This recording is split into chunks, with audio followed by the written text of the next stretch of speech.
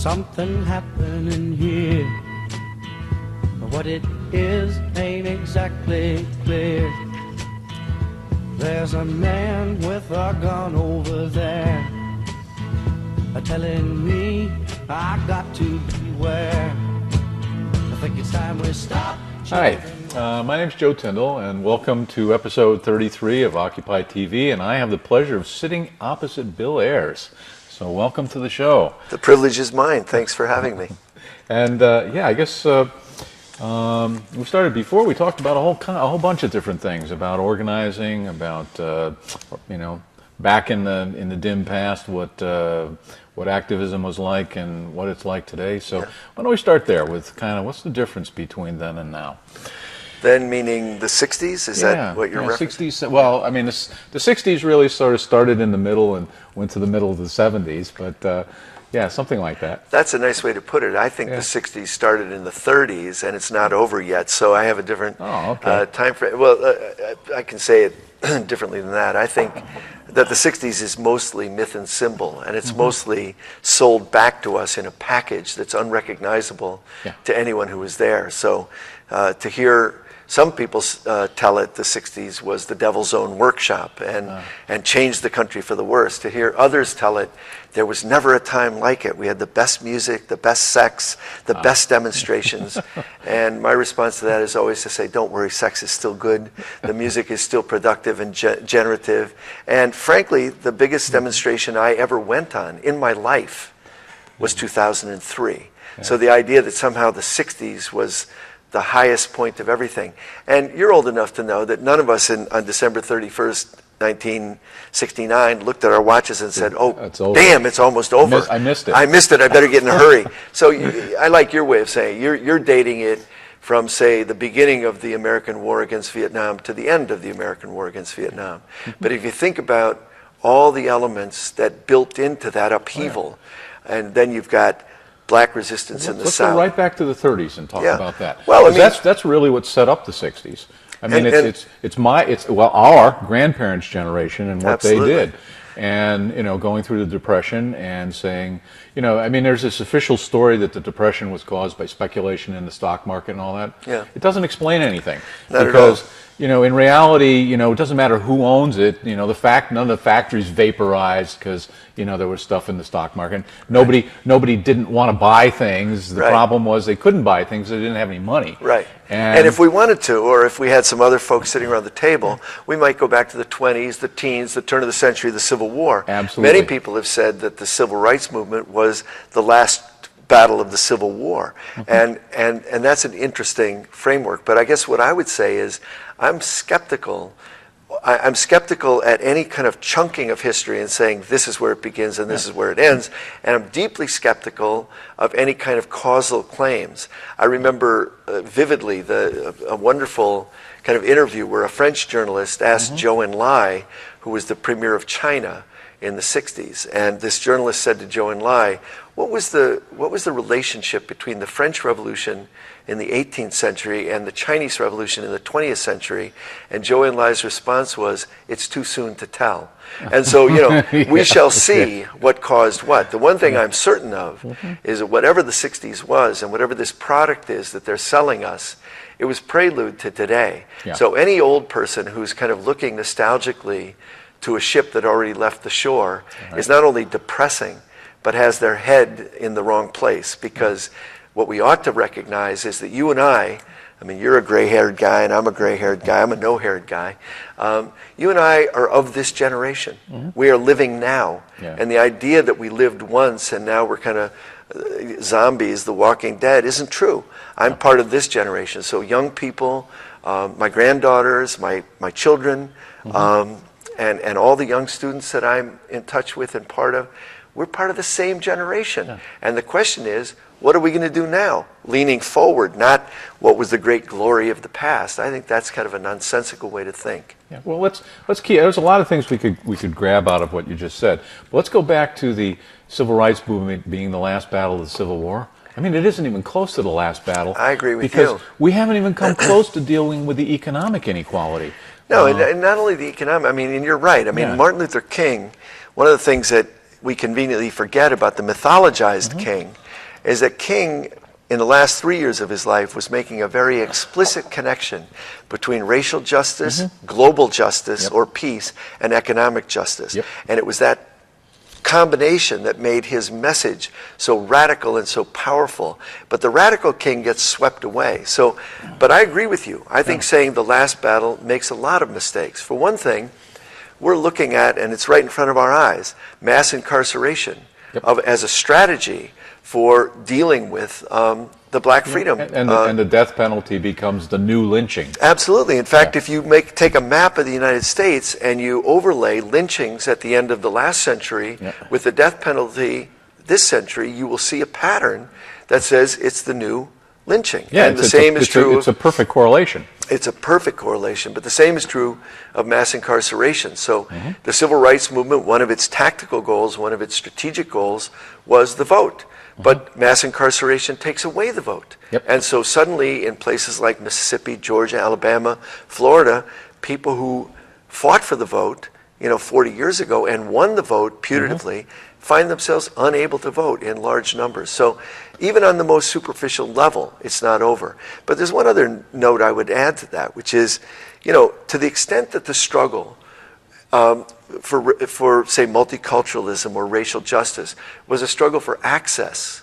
On November 4th, 2008, that struggle was won definitively, and it was the end of multiculturalism as a viable or important goal. In other words, if a few African American people can get into the highest levels of business, law, university, sports, entertainment, and even politics. But why sports? What happened with sports? What was different? Why is it that there's so many really good black athletes? I have no idea. Okay. You're asking again for a causal speculation. I have no idea. But there is a causal speculation. I'm sure. But the thing is that during the time of slavery, there was in fact selective breeding. So they wanted to breed bigger, stronger slaves.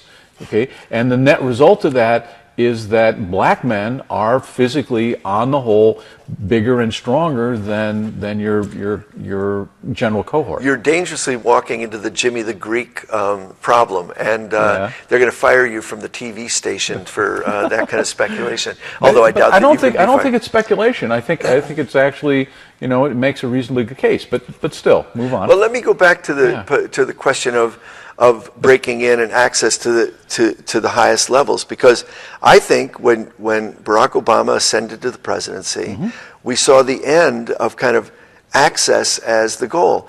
It was the end of multiculturalism, but it was a kind of multiculturalism. I think of it as a Noah's Ark kind of multiculturalism, two of everything and the rest of you can drown. So we have access, but do we have justice? We have access, but do we have the end of racism or white supremacy? And the answer is we don't. And so the struggle continues. So no, I don't think the civil rights movement was the last battle of the Civil War. I think the struggle against, for example, mass incarceration is today's new battle against white supremacy. And there are many other examples. So I don't think that we can say it's over. But what we can say, I think for sure, and absolutely definitively, is that regardless of how we experience our daily lives, we are living in the swirl of history. Nothing is done. Everything is in motion. You and I are works in progress, but we're swimming through a dynamic sea of history. And what we do or don't do actually makes a difference. Enter Occupy, which I think has created an unbelievably different landscape than existed a year ago. Oh, absolutely. Unpredictable. Like every movement. I mean, what's so interesting to me about Occupy is like every social movement or every revolution, the minute before it happened, it was impossible. And none of us predicted it. The minute after it happened, it seemed so inevitable. And they have done, and power has responded in the way power always responds. They've ignored it, ridiculed it, tried very hard to co-opt it, beat the crap out of it, and then repeat that again and again. But Occupy has changed the frame of what we're talking about in this country. It's now incumbent upon us to enter that public space, which has been opened, to bring our grievances and also our hopes and dreams, and then to make something of it. And that's, I think, where we are. Very exciting moment. So where do we go from here? What do we do? How do we do it? Well, I like the question, where do we go from here? And I'll add to that, I'll put a question mark on that, which is the title of a book by Martin Luther King, Where Do We Go From Here? Yep. And his subtitle was Chaos or Community. Marx's subtitle was Barbarism or Socialism. But I think that where we go from here in the short term is that we, on the one hand, recognize the changed situation, that the frame that we're talking about is quite different than it was a year ago. Right. Nobody cared about Mitt Romney's taxes.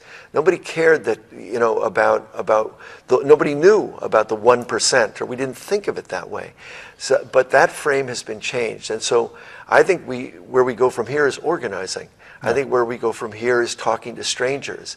And as when we were talking earlier, this was very much in my mind, that it's not simply a matter of all of us getting together and encouraging one another, which we should do. It's not simply a matter of creating a public space where our opinions and ideas and grievances and dreams can be heard, but it's a matter of reaching out to that larger community and trying to organize. And to me, that means the summary is very easy to say.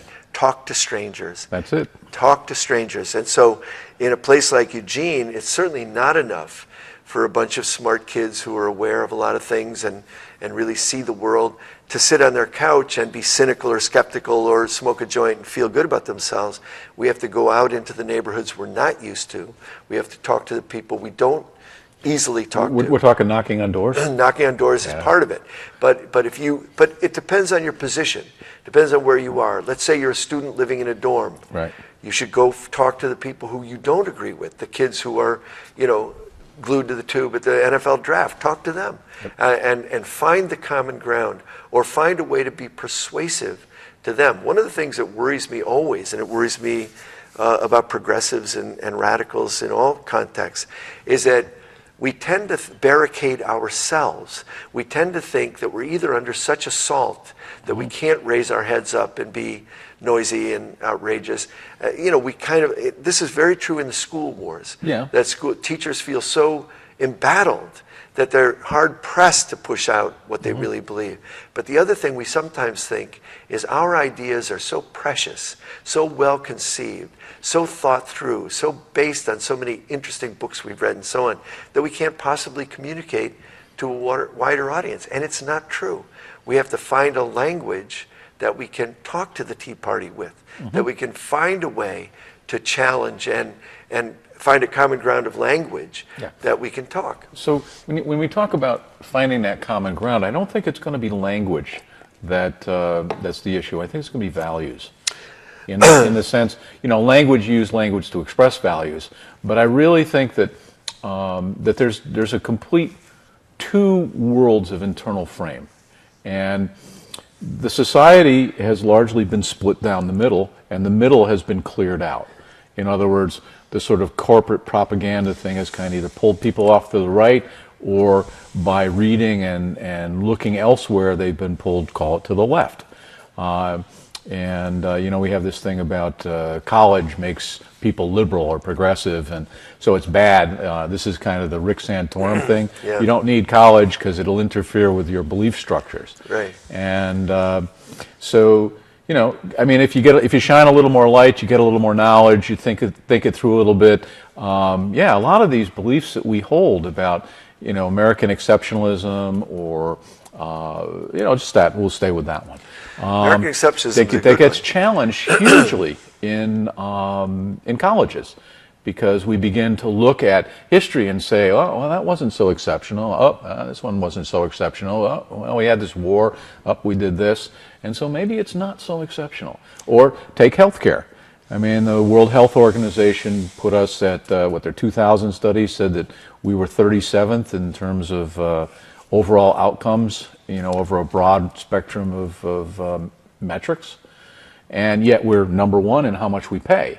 Okay, and this year 100,000 people are going to die in this country from, lack or denial of service. I mean, when I started talking about healthcare years ago, back in about 2004, it was at 19,000 people were going to die there, which put it about number 10 in the list. Then In 2007, it had risen to 30,000 people were going to die that year, which meant that it moved up to number 7 as the leading cause of death in the country.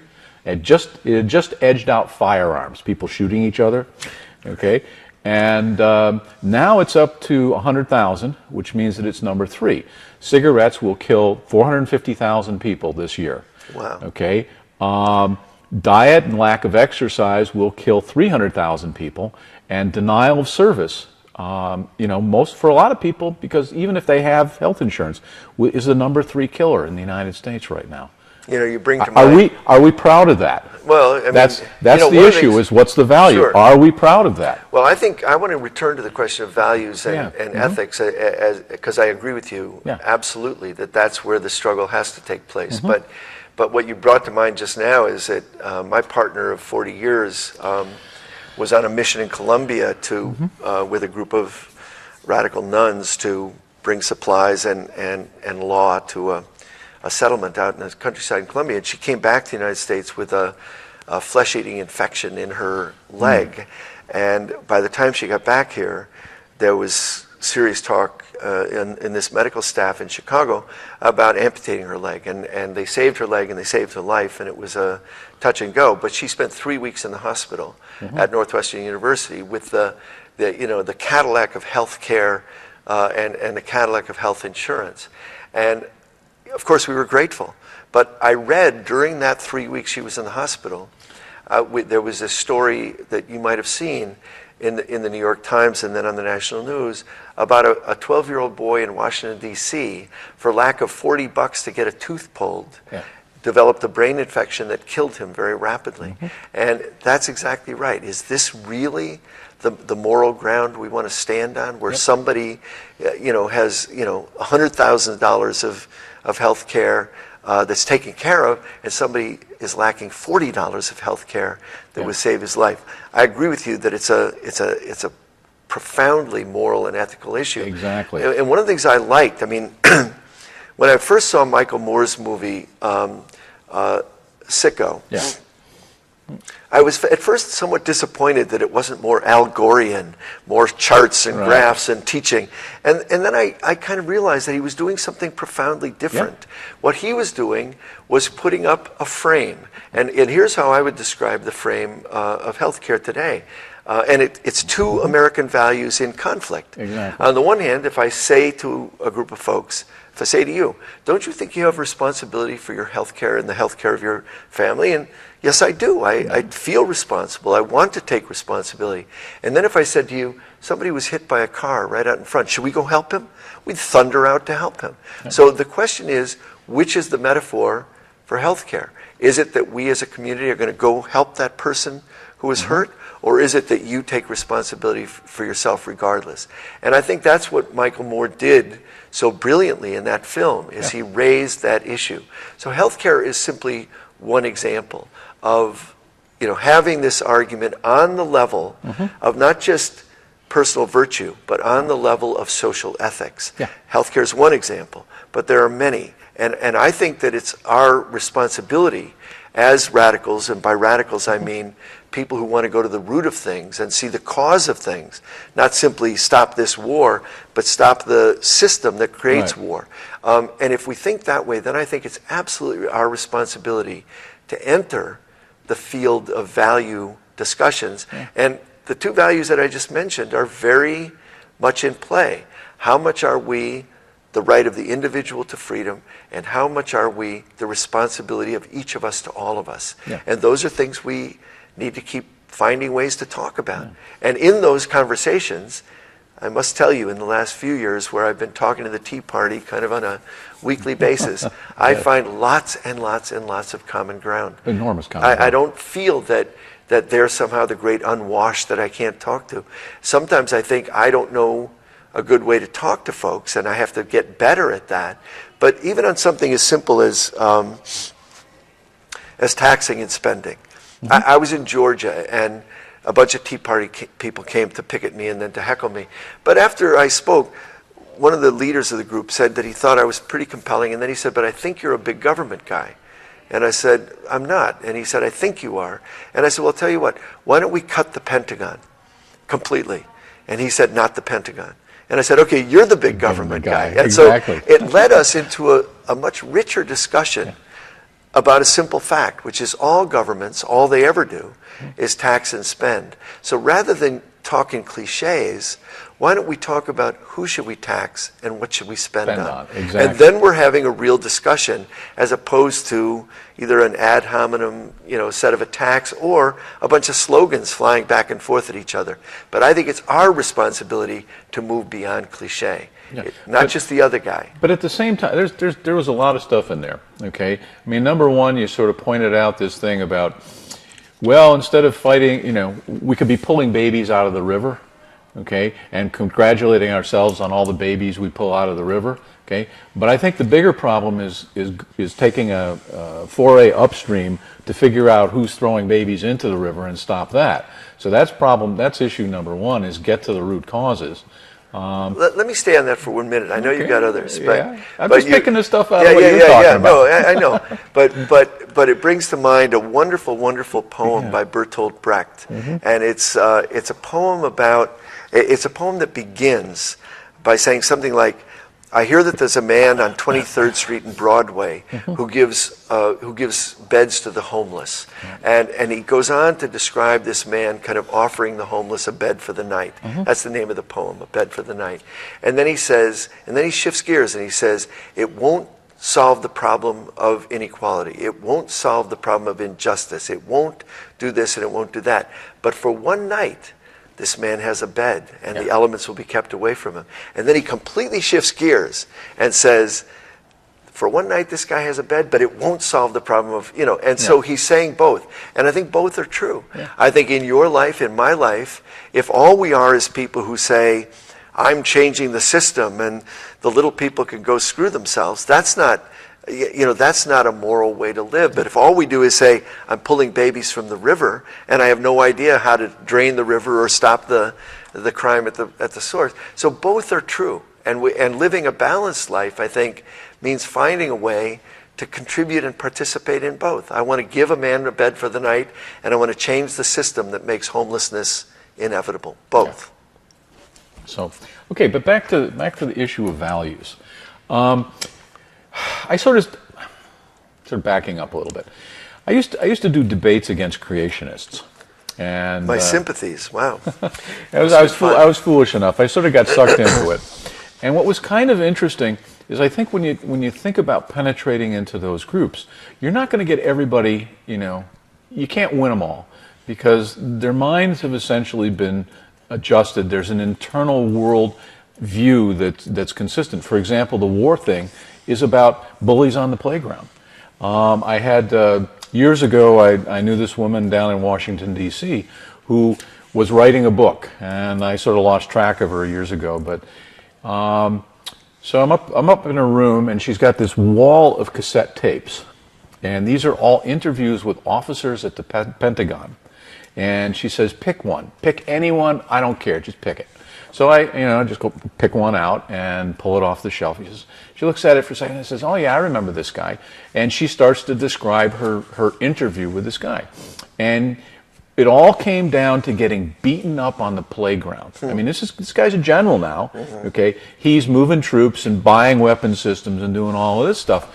And, she says, the line that you want to know is about 30 minutes into this. We could fast forward the tape and I'll find it for you.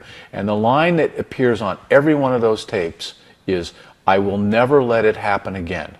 In other words, I got beat up on the playground and I will never let it happen again.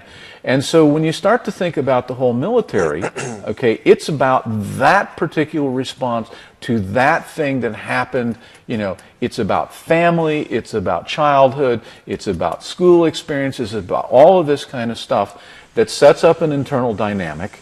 And then corporate America has become very good at pressing those buttons and getting people to, sort of toe the line. And they've been spending billions of dollars since the Powell letter. You're probably familiar with that. Yeah. Since 1971, basically programming the public. And so the question is, how do we break through that?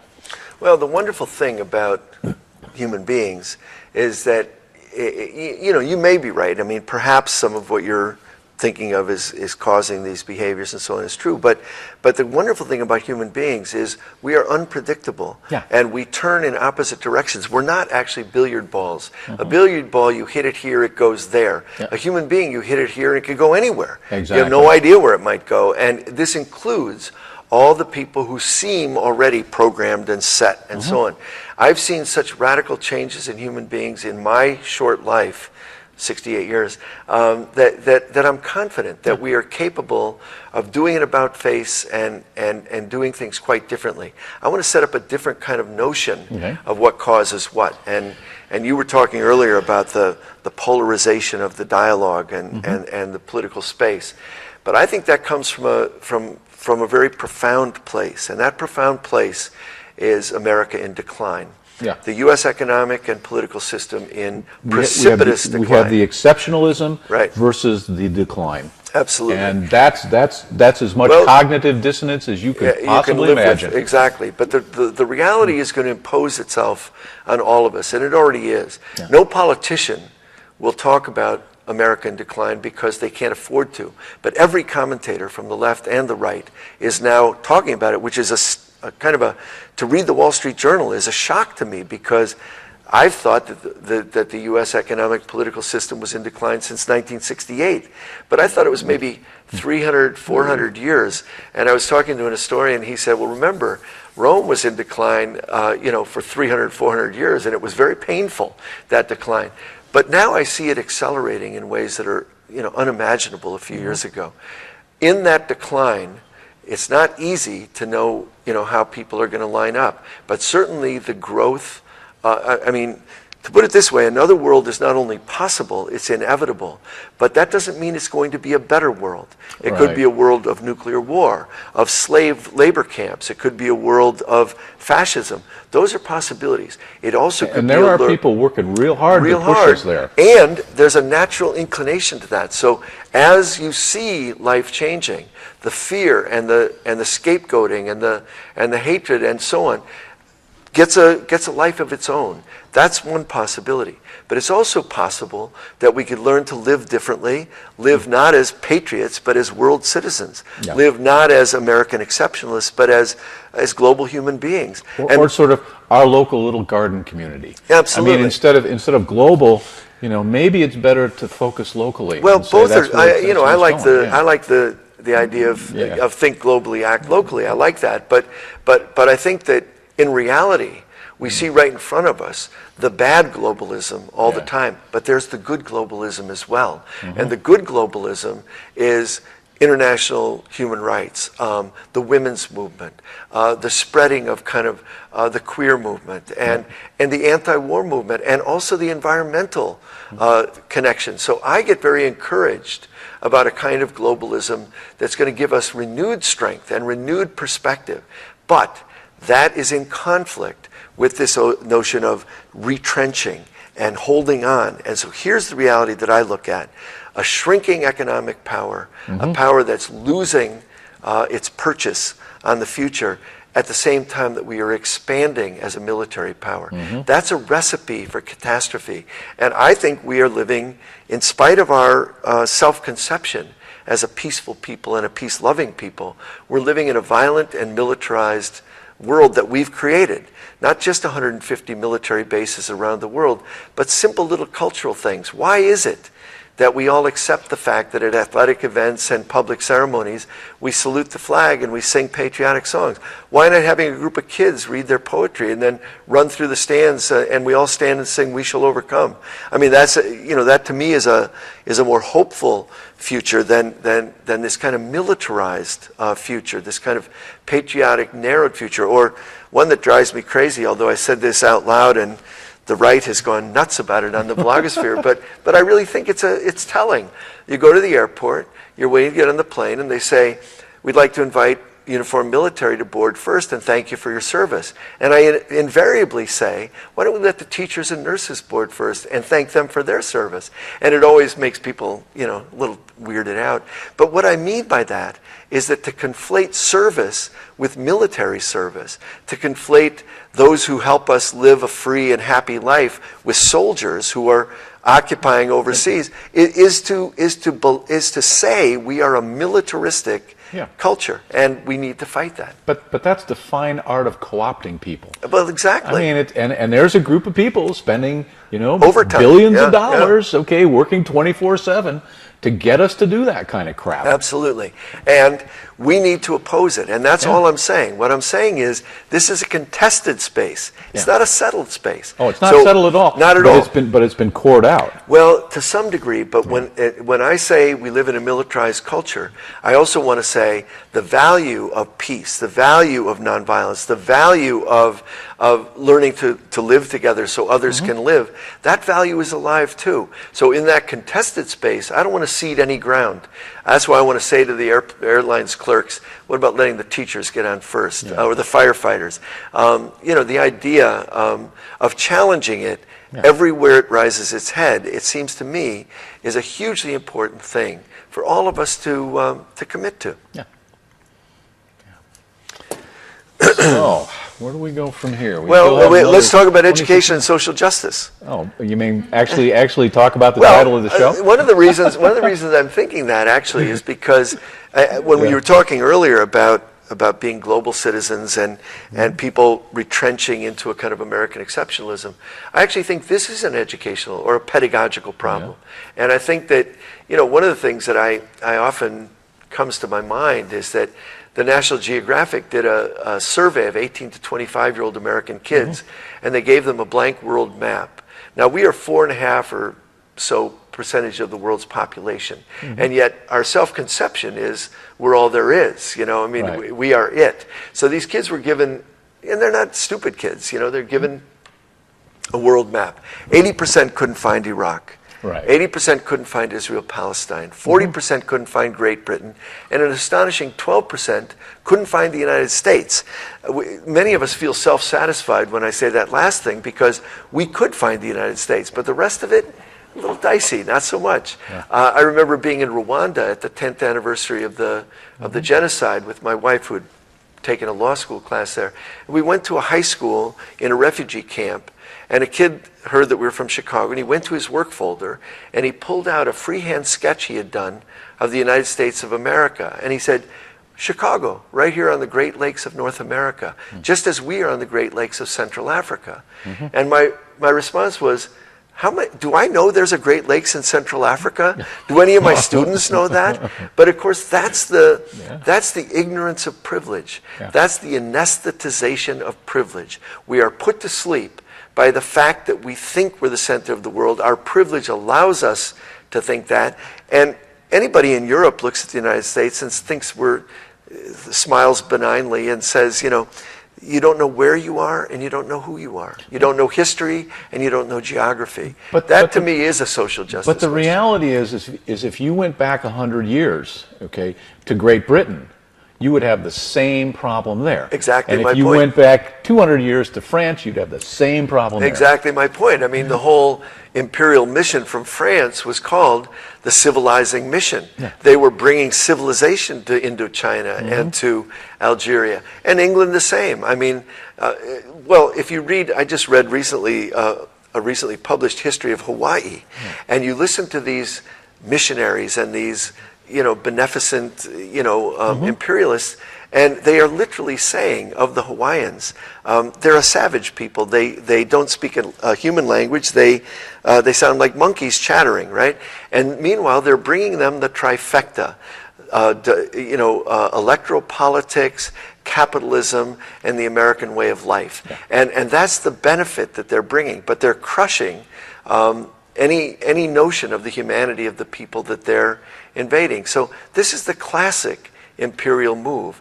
We're now in the age of anti-imperialism, and it's not just Britain and France and Germany and Portugal that are being beaten back, but now it's the United States. Yeah. And new imperialisms are rising. So I have no love of Chinese imperialism, but I do think we have to come to grips with the fact that the empire is shrinking, and you and I, and everybody who's watching this has a huge responsibility to participate in what's next, because the outcome is far from clear. And that means, to me, a kind of simple formula to say, hard to do, which is to agitate for more democracy, more peace, and more participation. How much and how we do that? Very complicated. But I look at Occupy and I say, wow, they've opened a space where we can have this conversation in a new way that was impossible a year ago. Yeah. And that's a phenomenally exciting thing. Mm-hmm. So Occupy's got a lot of issues. It was sort of put to me that what people do is they form, they storm, they norm, and then they perform. Nice. And it rhymes. It's kind of like Muhammad Ali. It's awesome. Something like that. And so Occupy, sort of formed, and everybody had their focus was on the camps. And then once the camps disappeared, it's still around, and we're sort of looking at there's so many issues, from the environment to healthcare to foreclosures to bankruptcies to it just goes on and on and on. And everybody's got their own little thing that they think's the most important, but it's really not the issues, not the individual little things. It's a whole change in worldview. It's an attitudinal thing. It's what is our view of ourselves and our relationship to the remainder of the world. And I think that's huge, and that goes right to your question of values. But just to add on to your notion of what is Occupy, I think that people make a mistake when they think of Occupy as a point of arrival. Occupy is an invitation. It's an opening, and it's a metaphor. Yeah. And as a metaphor, it couldn't be more powerful. So suddenly, even on Wall Street, they're talking about the 1% and the 99%, and you have Wall Street bankers saying about Senator Gillibrand, she doesn't know who her constituency is. It's us. Yeah. It's the 1%. And there are many, many examples of how this is played out. But I think if you think of it as a metaphor and a point of and a point of departure, not a point of arrival, then it's incumbent on all of us to kind of participate and figure out what's next. And what's next, it seems to me, is precisely this conversation about what is our view of ourselves and how is that shifting, and then how do we organize ourselves to be an irresistible force in pushing toward a new way of living and a new way of being. Economic inequality is part of it. Peace is part of it. Being global citizens is part of it. Yeah. And these are issues that are absolutely at the core of whether we're going to have a future worth living. So these are themes, okay, yeah. in the sense that when we had a camp, okay, everybody sort of did their piece. There was, I think of a couple of people, Karen, who decided she was going to deal with recycling and garbage and the other stuff, and she had her little crew, and they took care of dealing with that. And she picked off her piece, and I thought she should be sainted. I mean, just to show up every day and deal with garbage. It's a wonderful thing. And she's bright, she's energetic, she's just a wonderful human being. But it was like, nobody's doing that, and that's the niche I'm going to take because it needs to be done.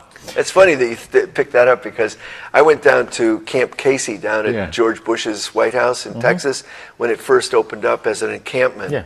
And I had never been at a peace camp that was run by the military. I found it the most fascinating and fun thing to be a part of. It was all the Iraq vets against the war were running it, and all the military families.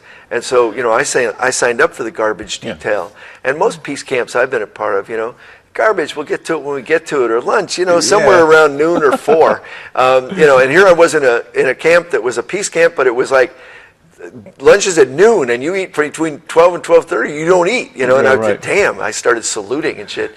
But I just think that's an interesting thing about Occupy is you can find your own space and organize yourself to be a contributing member of community. And when people started chanting in Washington or in Detroit, this is what democracy looks like, I really loved that. And of course, the New York Times naturally would sneer at it and say, oh, look, there's a battle between the homeless and the intellectuals. Well, look, in this wild and crazy and diverse society, why wouldn't there be issues trying to figure out how to talk between these kids from Columbia University and NYU and these folks who've been living on the street for the last decade? Of course, there's difficulty learning how to talk, but learning how to talk to one another and learning to find the common ground of values and activity is precisely the work of democracy. Yeah. So why should we sneer at it? Why shouldn't we leap into the wreckage and get busy finding a way? And that's what I think Occupy has offered us. So, the question is, where does Occupy go from here? And I really am thinking that what we need is a focus, a campaign, and then what happens is once people sort of get onto that, then the roles become clear, the things that need to be done become clear, people can shave off their niches and contribute. But right now we've sort of to a degree lost the focus. We understand what the problems are. It's greed and corruption. It's causing problems throughout the world. But the issue is, and I agree with what you just wrote there. Greed. And greed, corruption, and and you put down violence as a tool that keeps greed and corruption in place. But the issue is, how do we create a situation where we're actually solving a problem, doing something for the community, while at the same time providing us the opportunity to talk about the larger issues that we want to talk about, which is the greed, the corruption, the violence, and all of that kind of stuff. Well, I have a couple reactions to that. One is, let's not move too fast to try to codify and issue orient what is at this moment a spontaneous uprising. When people say Occupy doesn't have a demand or Occupy is not serious, Bill Clinton, I salute Occupy. Now they have to get in behind Obama's jobs program. I want to run and scream the other direction or jump off a bridge or something. But no, we don't need to kind of push ourselves and hammer ourselves into that kind of narrow agenda. And certainly we don't need to be co-opted by the Democratic Party, and that's a real danger. No, I'm not suggesting that we go that way. The thing that I'm sort of suggesting now and pushing, and there's a couple other campaigns that are worthy. We've done a lot of work in this area on foreclosures and had some fairly nice victories, saved a few families from getting booed into the streets. Another thing that we've made a lot of progress on is homelessness. And that's great. So the issue now is we've opened up enough of a space that it's possible to get a village for the homeless, because there's thousands of them in this area here. Yeah. And it's become a serious problem, recognized by lots of people in the community. Sure. How they define what the problem is an issue, but there's enough awareness that a real solution, in other words, actually giving them a place where it's legal to exist, may be the thing. And I'm pushing that as the project. And I think that if what happens is Occupy were to focus in on a local thing that we could win, that we would find ourselves being far more effective in reaching out into the community. You may be right, and you're part of Occupy, so you get up at the General Assembly, make your pitch, and see what happens. But which I have. The only way to be a part of it is to be a part of it, Yeah. And I've been to 14 Occupy sites, and they are each different by nature. Yeah. So Chicago is an intersection. It's not even an occupied site. Detroit and Washington, D.C. are like homeless shelters. Boston is like an open-air public library. And so they take different forms. But I would say that out of Occupy, in Chicago, for example, the metaphor of Occupy has taken the form of resisting Mayor Rahm Emanuel's closing of the mental health clinics. So we occupy the mental health clinics, resisting the closing of the schools. So we occupy the Board of Education. And this is a way for us to mic check and a way for us to develop a public response. It's a vehicle for that. But going back, people say it doesn't have a coherent program. Look at the tapes of the free speech movement and Mario Savio. What's his program? He doesn't have a program. What he has is a moral statement about being left out and being pushed out and being oppressed. And in that moral statement, a lot of space opens up for people to do very particular things about free speech, about opening the university, about open admissions, and a lot of other things. So I think that's where we are. If you want to organize, for example, along the lines of the Take Back the Land movement in Florida, or in Chicago, or the anti-foreclosure work in Chicago, or the squatters in Switzerland and Spain, which I think is something that we can learn a lot from, is to take the land and demand that it be put to social use. We need to get away from what all the politicians are telling us, which is jobs, jobs, jobs, by which they mean prison guards and casino dealers and crap like that. And we need to say, no, work, work, work. Rehab housing. Find a way to create the city for the homeless. Take back the land. These are the kinds of things that Occupy offers. The other one that pops to my mind in a community like this, as soon as you say, create a space for the homeless, the Mad Housers in Chicago are another group that just just puts up spontaneous housing for folks, and then the city comes and rips it down. But they hold it for a long enough time that it actually represents a bed for the night. But the other one is cancel the debt, the student debt. I mean, the student debt is the next housing bubble waiting to implode. And why not? It has imploded. Why not get huge. Millions and millions of people, including me, incidentally, who's still paying a student debt for one of my kids, get us all to say we're not going to pay back those debts. And once we get 5 million signatures on a petition, we'll all on the same day refuse. And let's just see what happens. It's one of those kind of, organized kind of trigger moments where you say, if we get 5 million, we're going to say, no, we're not going to pay any longer. And I would be happy to do that. And are they going to put all 5 million of us in debtor's prison? I don't think so. I think that's where you begin to change the frame. So I'm open to a lot of possibilities, but let's not, rush to say it's one thing and not many, many, kind of offspring of Occupy that kind of eddy forth and do the work. Okay. One last thing I want to just add. I know I went on, but let me just add one last thing. I don't think that the issue is particularly greed and corruption. I actually think corruption is endemic in a system like this, and I think greed is just kind of another name for finance. I think it's the system itself. I think it's the system of capitalism, and I think that good people get caught up in capitalism and become corrupted because it's a corrupting system. It's corrupt at its core. And so I think we have to be talking very seriously, and I am talking in Occupy Chicago and a lot of other places, about the fact that capitalism has exhausted itself. It's not only not good for the world, we can't sustain it for another generation. The planet will be dead with endless expansion and endless consumption and endless production of meaningless nonsense like war. So we have to, I think, begin to have a serious talk, and Occupy is a great site to have that talk, about how do we end the system that makes corruption and greed inevitable, and how do we create the possibility of at least a discussion of another way of organizing ourselves socially, economically, and so on. Well, it's a question. I mean, there's a circle there. There is. I mean, this causes this, causes this, causes this, causes this, causes the original, and it's a feedback system, and we continue to sort of slam into a state, and so where you pick to start on the circle is not as important as the fact that we got to get out of that existing state. Well, and we have to reframe the issues, and then we have to connect the issues. So war is connected to warming. They're not two separate events. And we need to see those connections. And seeing those connections is the real weaving together of a social movement that can make a difference.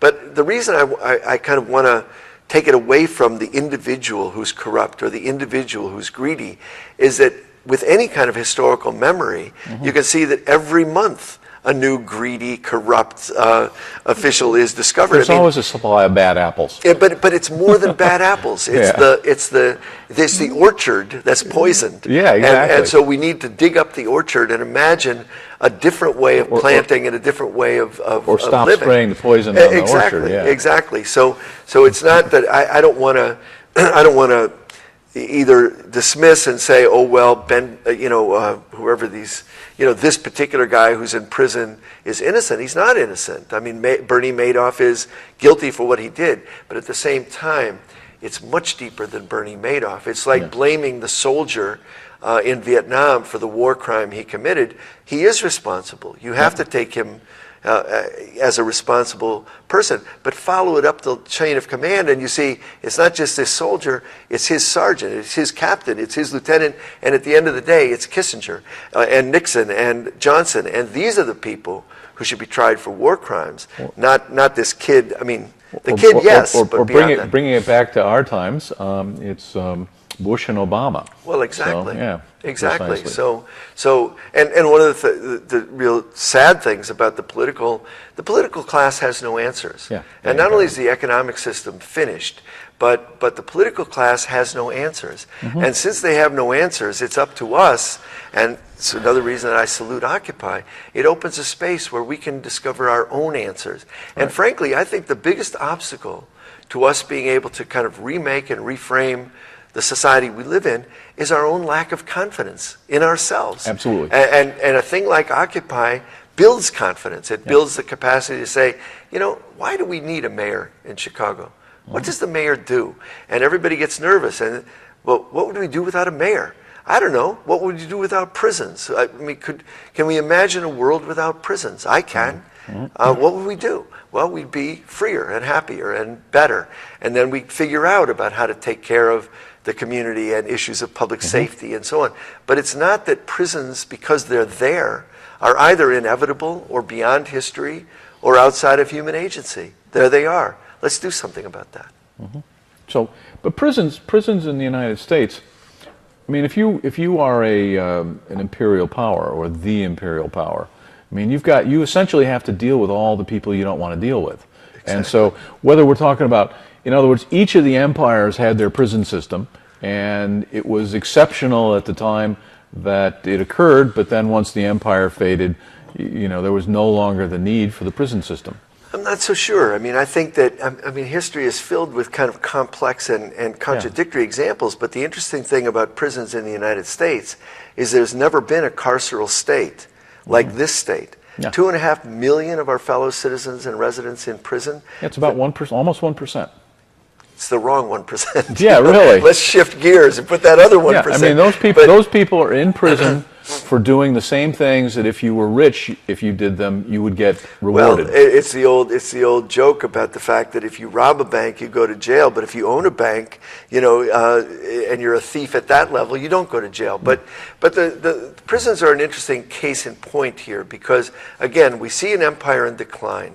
We see a society that is, in many ways, coming apart at the seams. And how do you discipline the working class? How do you discipline the African American community? And one of the answers is you build a carceral state, you build a school system in which it really is a school to prison pipeline. If you go to these schools on the west side of Chicago, the chances of you dropping out are so high, and the only benefit left for you is the prison. You have no right to a mental health system or a library or a school, but you do have the benefit of a prison system. So we have the separate but equal thing going on, when in reality they're not even close to equal. I mean, the difference between a private school for the wealthy that somebody drops, you know, $40,000 or $50,000 a year on for tuition versus the largely defunded school in some poor neighborhood.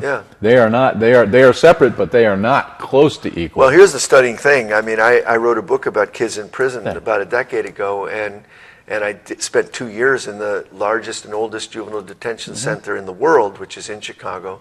And it costs as much to put a kid in that prison for a year as it does to send them to Lake Forest Academy, the Tony Prep School on the north side where I went to school. So it's an astonishing thing that we're willing to, if we just gave that $40,000 to the kid and said, go to Lake Forest Academy, I mean, what a different world we'd live in. But without being facetious or silly about it, the truth is that we have gotten ourselves locked into a mentality, a frame that says punishment, you know, that says crime equals punishment, punishment equals prison. And if you stop that frame and say, what are 100 alternatives to incarceration? What can we do rather than put you in a cage if you break the law and so on. Then you begin to think of differently about education, about drug treatment, about mental health, about a lot of other issues, about homelessness and poverty. And you begin to wonder, what else could we do? State of Illinois is a great example, and I'm sure it's true in Oregon. We have spent more in the last 30 years on prison construction than we have on higher education construction by factors of 100. Yeah. And it's a ridiculous dead end for any kind of future worth having to invest all that in caging people and to disinvest in the idea that education could strengthen our democracy, could strengthen our social, fabric. Yeah, but one of them supports the power and control of the existing elites, and the other one doesn't. Well, it's yes and no, and that's where it gets kind of funny, because even in their own terms, they're driving. I mean, the powerful, the 1%, are driving us towards the cliff, and so even in their own terms, they're creating these little golden parachutes for themselves. But there isn't going to be a world, left for them. And South Africa, the old South Africa, is such a great metaphor. How high can you build that wall? How big can your gated community become before it implodes? And we all know it will. We all know that system that they created in South Africa, where some kids went to a school with state-of-the-art equipment and 15 kids to a class, and some went to a shack with no roof where there were 100 kids to a teacher. Class. That system couldn't last, and that system blew up in their face. So in an odd way, folks are caught in a contradiction. You're right, in a sense. If you were part of the powerful and looking at the future, you might say, more prisons, more war, more... But you also would be caught, because you would recognize, I think, that is a dead end. So which do I do? If I reform, that might open the gates to revolution. If I don't reform, that might open the gates to revolution. The good news is the gates to revolution are waiting to be opened. And so let's get busy. Okay, so we got about another minute and a half. So holy cow. Annie, it went fast. So it's such a pleasure talking to you. Any closing thoughts that you... you got probably 5,000 or 6,000 people who watch this show. So what do you want to say to 5,000 or 6,000 people in Eugene? That's intimidating, to say that. I mean, it was just you and me a minute ago. I don't really have any big last words. I do think that it's been a great thing for me to be here in Eugene and to be in Oregon. I'm going up to a comics festival tomorrow in Portland. But one of the things that I felt again and again, and I do feel, is that young people are so filled with energy, with wisdom, and finding outlets, finding ways to both become active, to open our eyes and act on what we see is the big demand that we all face. Well, it's not just that, but what you said was have fun. Gotta have fun. Gotta have fun, and that's I think if you're not enjoying your life, then you need to get that fixed. Well, Emma Goldman said, "If I can't dance at your revolution, I don't want to come." And we could sign off with a simple slogan, which is joy and justice. I mean, that's what we should live for: joy and justice. So let's throw another slogan, because we still have 30 seconds. Well, there are a lot of them, but so got any favorites? One of my all-time favorites that resonated through my head this whole time we were talking was something I heard when I was 20 years old. The president of SDS, at the time, Students for Democratic Society, said to a group of us in Ann Arbor, "Don't let your life make a mockery of your values." And it seems to me that reminds us that we have values. We ought to uncover them, dust them off, put them in the foreground, and then try to live in concert with those values. That's what I try to do, and fail every day, but get up the next day and try again. It's tough, isn't it? It is. And it's been an absolute pleasure talking to you. Thank you very much. And thank you. Good luck. So that was episode number 33 of Occupy TV, and we will see you folks next time. Thanks a lot. Thank you.